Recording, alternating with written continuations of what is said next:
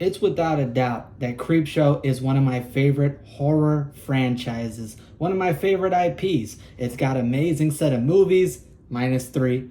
Literal doo-doo water? Literal doo-doo water. It's got fantastic comics that I'm pretty much a big fan of. And of course, it's got the TV show, which is a lot of fun. True, and yeah, that's pretty true. That's true, and yeah, that's true. There's a lot of unique, cool stuff to see within the TV show from Shudder. And today I'm going to be talking about one of those episode segments. So bear with me as we dive into one of the most fun Creepshow segments out there, a season 4 episode segment known as George Romero in 3D. And because it's so hype, we got to cue the honorary celebratory dance break. Cue to it. Off with your head. Dance, dance till you're dead.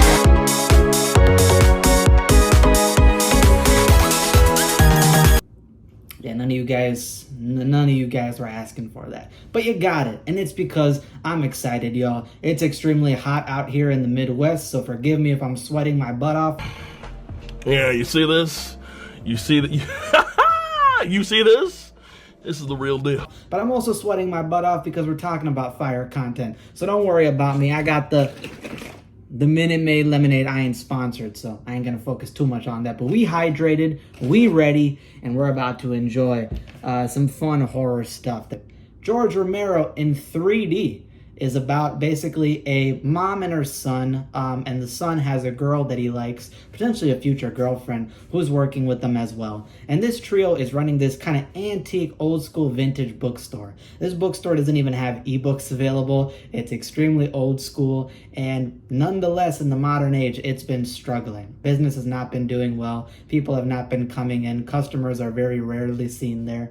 And on top of that, there is a really mean landlord who's basically threatening the mom, who's the basically one the running the shop, and tells her, you know what, the rent's going to be doubling because of all this, reconstruction that's been going on in the town. And he's trying to put some pressure on her. He even pokes fun at how badly her bookstore's been doing. So they've been kind of on tight ropes. And especially it doesn't help with the bill collector, man. Listen, y'all know how I feel about the bill collector. If this dude would have pulled up with this type of energy on me, especially when it's coming to my vintage horror bookstore, listen, man, you would have got the 3-piece combo, all right? You would have got hit with the number 5, the number 9, an extra large. Yeah, you would have got that whooping, bruh.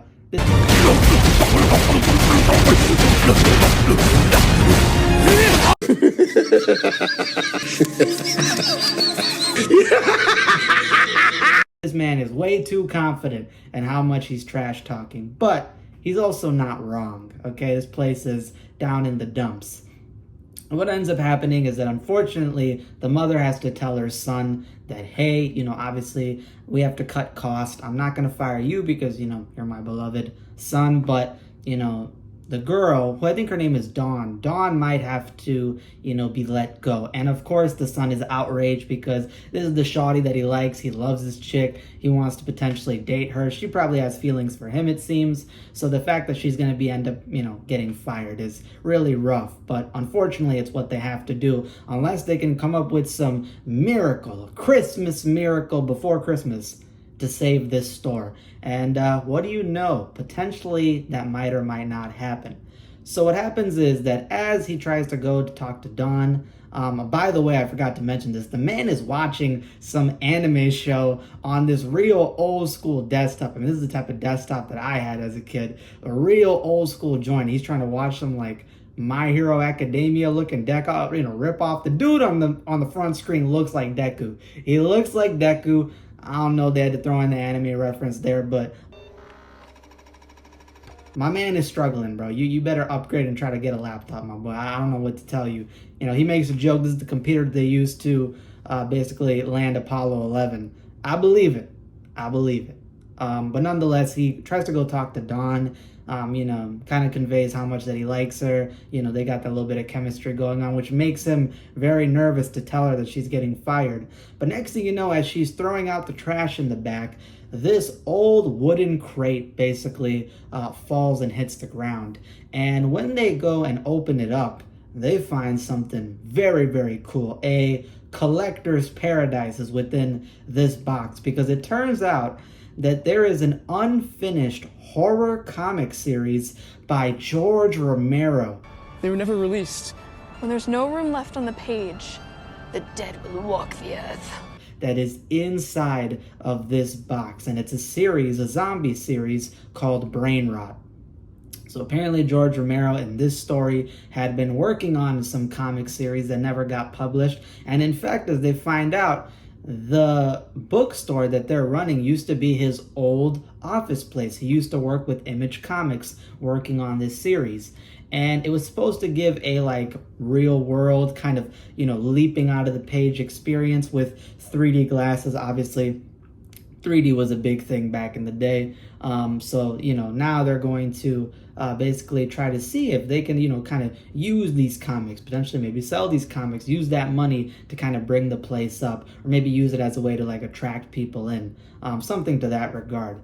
But what ends up happening is that as the main character, the son of the in the story, puts on the 3D glasses, he sees something kind of crazy. He sees that this 3D experience is not like any other 3D experience, because it seems like the creature, the monster, the zombie on the page is actually like moving and projecting from the actual page, and it kind of startles him, kind of freaks him out. He doesn't think too much about it. He kind of puts the comic back, and as he's walking out, Dawn ends up grabbing the comic, and she ends up putting it into sleeves because obviously these are very valuable. But she doesn't notice something very important about the comic. The comic that they were just looking at, of which the guy pulled out the 3D glasses and took a look at it, there was a zombie on the front cover of it attacking and eating this man.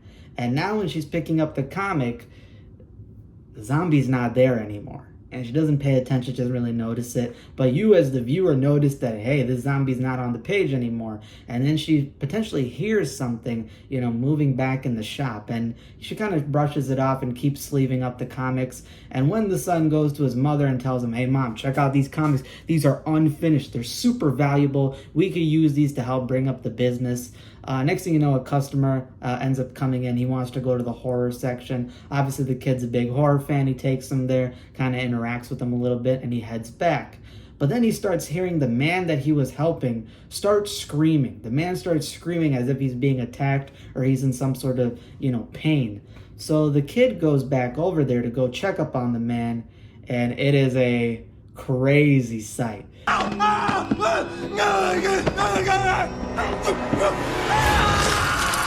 This dude is apparently being attacked by some invisible force, which you come to connect the dots, old Scooby-Doo style, like zoink Scoob, this man's getting attacked, bro. Like, come on, Scoob!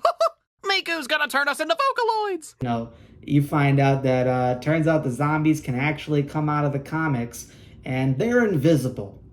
Invisible killer zombies based off George Romero's thoughts that are out in the real world attacking and killing people and eating them and transforming them potentially into zombies. This is a whole lot of paranoia and mayhem going on because this is some deep shit. They are in some deep, they are in the deep. We wouldn't have to hide our love anymore. I take responsibility for racism. Okay, not that deep. Like the other type, you know what I mean. Get your mind out the gut. But yeah, they're in some deep shit, all right? And it's crazy seeing this dude get attacked by this invisible zombie. And what's even funnier is this episode is so fun because there's a lot of like cheesy lines that are done on purpose to kind of like show the absurdity and make you laugh. And the dude's literally gotten his throat ripped out and his guts ripped out, and he's like, clean up on aisle 9. And the mom comes over after the son tells her like this crazy shit going down, and she takes a look and she crouches down at the man and says, "Are you okay, sir? You need some help?" Like, what? Like, yo, bitch, my throat is ripped out. My guts are hanging out. I'm not just gonna walk that off, all right? I might hit the Thriller dance. I might hit the zombie shuffle, but we might hit the monster mash, but I ain't gonna walk that off, bro. That was a funny scene. That's equivalent to that one scene on Attack on Titan where that chick was trying to do CPR on a dude who got half of his body ripped off. He was half of a torso, and she's trying to do CPR on that man. It was meant to be heartbreaking, but I ain't gonna lie, that was funny as hell. So obviously now they're in big trouble. They got these invisible zombies on the loose, and they're trying to figure out what they can do, how they can get out of the situation, because they find out that, you know what, as the mom and son are locked in a room, Dawn is potentially in danger. You know, she might end up getting attacked by some of these flesh eaters. Which, by the way, that's another absurd, goofy scene where the boyfriend dude's basically trying to tell her, like, yo, there's some invisible zombies on the loose. And she basically responds with something on the lines of, damn, that's crazy, bro. An invisible zombie attacked our only customer. Ouch, that blows. Right? Yo, these are the most calm people ever, man. That's wild. But they have to find out a way to deal with it, and they do find out a way to deal with it. The son gets the idea, hey, if these 3D, glasses bring stuff to life, there's only one person out there who potentially knows how to deal with these zombies. And he puts on the 3D glasses, and he ends up bringing to life a comic version of a young George Romero. That's right. George Romero himself pulls up. He's got some good dialogue, banter, and interactions with the family. If it's all right, I have about 100 questions. First, how did I get here? Second, that's all I got. Very charming, very charismatic, sensei, teacher type of character in this sense. And for those of you who don't know, George Romero did Night of the Living Dead, Dawn of the Living Dead, very popular and famous horror movies. And he was also obviously involved with the very first Creepshow movie. So it's awesome seeing him come back in this, fun little form in this episode. So the son and the mother have to work with George Romero, try to find out a way of how to deal with these zombies. They all are trying to figure out, how can George Romero help us? How can we stop this imminent threat before more people die, before we're finished? And they end up finding a solution, which I'm not going to spoil. I'll let you watch this episode, find it, check it out, because I think you'll have a good time. And there is a dark twist ending. There's a fun little ending in this episode, which logically it don't make much sense. You might just go see it and just kind of hit the rock face like, huh? That don't make much sense. But it's fun. It's dark. I like it. And it does remind me of a lot of like Goosebumps and other types of stuff where it's just meant to be that nice, fun punchline twist at the end that kind of reminds you of that old school horror movie, horror show, horror comic type of style. And that's what this episode is kind of based on, old school horror comics. So very fun to see that in this format. So what do I think about this episode? It's great. I would give this episode probably like an 8.5 out of 10. It's very good. Again, it's extremely fun seeing all this different cool zombie action. The zombie gimmick with it being these unfinished comic books by George Romero with these magical 3D glasses that bring them to life. And they're invisible zombies, which make them far more threatening, man. Zombies are scary. A zombie invasion is bad. But invisible zombies you can only see with a certain pair of 3D glasses. Now that's crazy. Now that's dangerous. So in a way, this episode's really fun because it combines like paranormal sort of poltergeist type of visuals with these invisible forces, and then you also mix in the zombie action. So that's a really cool villain slash threat to have. And obviously George Romero's comic form in this episode is really cool, seeing him interact with the family. Got a lot of funny dialogue. I really enjoyed seeing all that stuff. And overall, it's just a very fun story. And again, if you like stuff like Goosebumps, if you like some of those old school horror movies, horror shows, horror comics, that sort of like pulpy style, I think you'll enjoy this episode. I think you'll get a lot of fun out of it because it does homage to that. It does respect those type of formats and kind of plays into it very hard. So arguably, this is one of the most fun episodes you can watch. So I recommend all of you guys check it out. George Romero in 3D, very good, 8.5 out of 10. And that's all I really got. If you guys like this video and like this content, please, as a way to support me, you can hit that subscribe button. You can massage that subscribe button. You can smash that subscribe button with the Luigi uppercut. I don't care. Hitting it will do me a lot of wonder, and I would very much appreciate it. Also, hit that like button and hit that post notification bell so you stay tuned for more future content. I also got a lot of videos already up covering different stuff, as well as covering some Creepshow stuff.